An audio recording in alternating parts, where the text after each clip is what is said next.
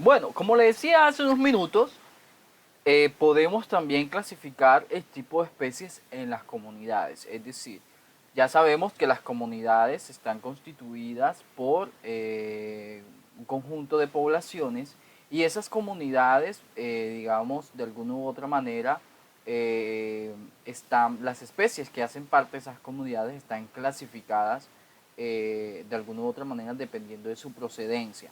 Entonces, hablamos de especies nativas o endémicas cuando son especies que pertenecen y que prosperan en la comunidad, o sea, que hacen parte de esa comunidad. ¿Listo? Hablamos de especies exóticas cuando son especies que pueden eliminar a las especies nativas, ¿sí? Como por ejemplo tenemos el caso del caracol africano. Y hablamos de algunas especies que son indicadores porque de alguna u otra manera permiten alarmarnos de algunos daños que pueden haber en las comunidades. Entonces, en este sentido, chicos, hay tres tipos de especies de acuerdo a las comunidades: nativas o endémicas, exógenas e indicadores o indicadoras. ¿Listo?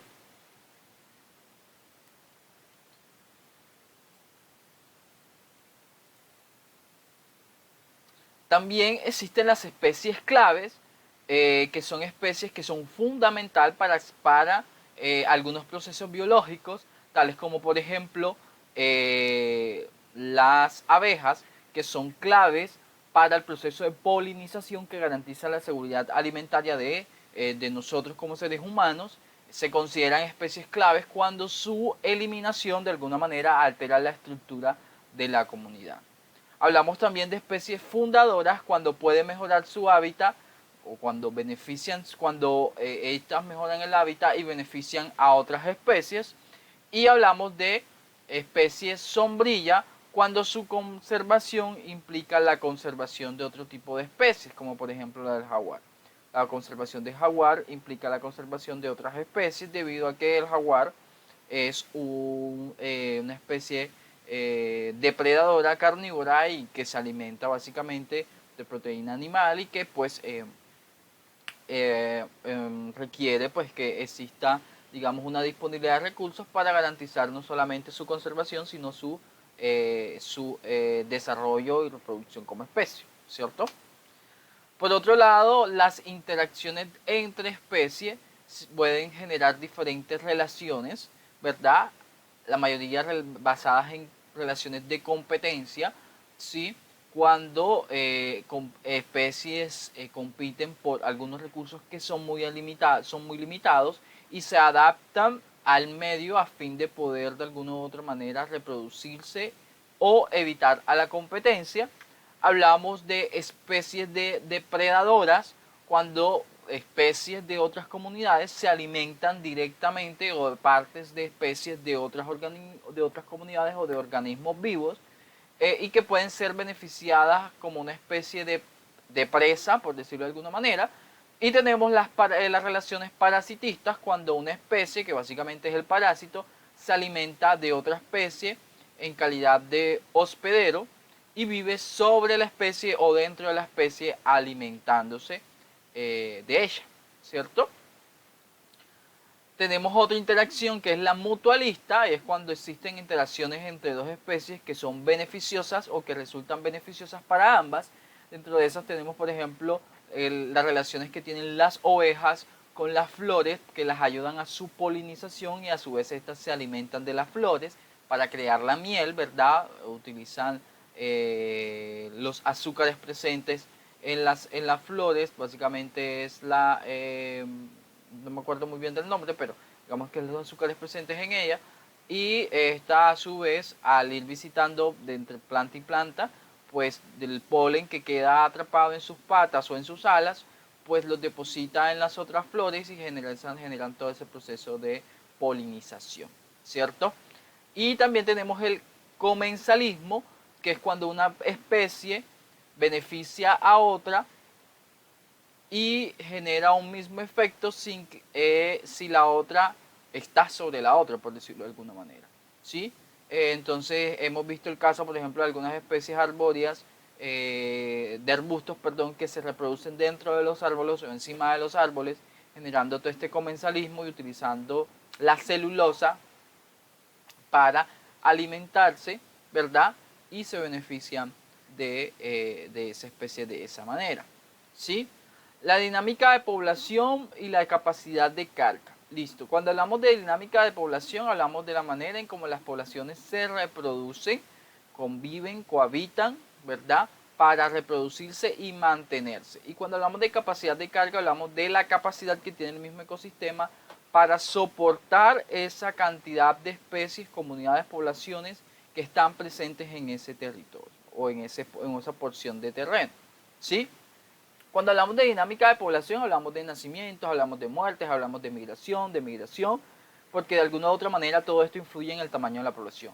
El número de nacimientos pues influye en el tamaño de la población porque la incrementa, el número de muertes influye porque la disminuye, la inmigración influye porque la disminuye y la emigración influye porque la aumenta. Entonces digamos que todos estos factores son importantes para poder entender cuál es la dinámica de la población de un ecosistema.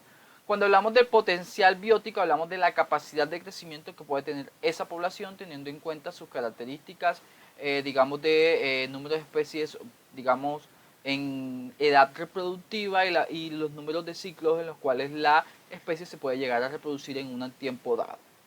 ¿Listo? Cuando hablamos de la tasa intrínseca de crecimiento, hablamos de la tasa a la que crecería la población si se tuvieran los recursos ilimitados. Es decir, la tasa en la que la población podría reproducirse y crecer de manera exponencial si no tiene limitaciones en cuanto al consumo de recursos. Y hablamos de resistencia ambiental cuando todos los factores que actúan para limitar el crecimiento de una población. ¿Sí?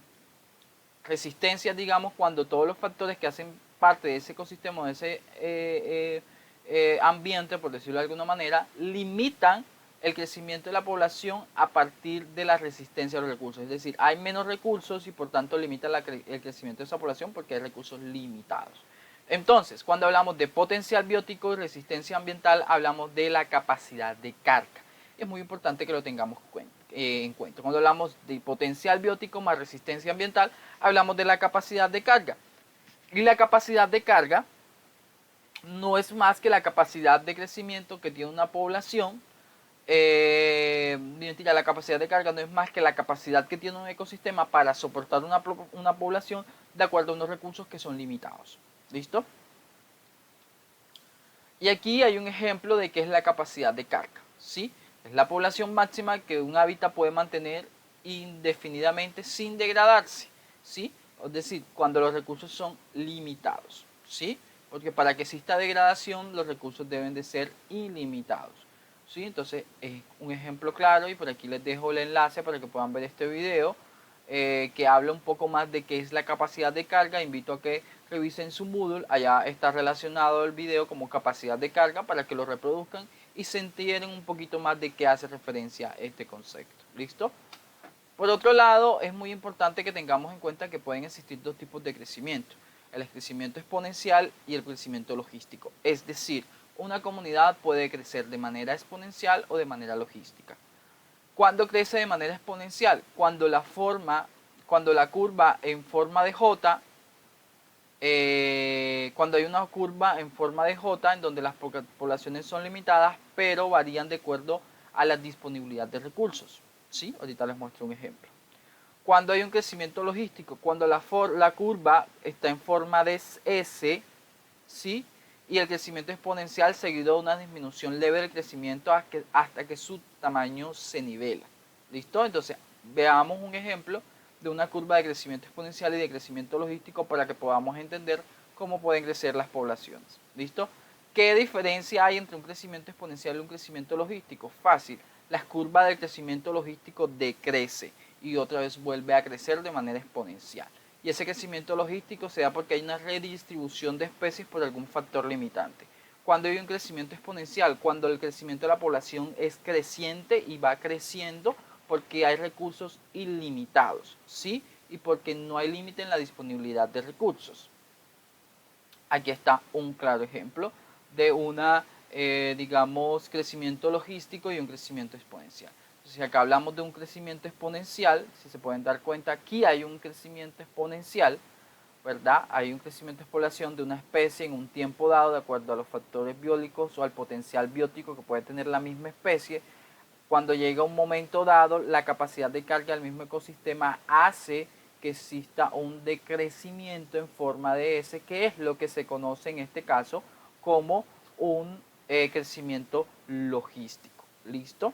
Entonces, aquí vemos entonces que las curvas de crecimiento logístico y exponencial pueden presentar diferentes comportamientos dependiendo del tipo de especie, ¿sí?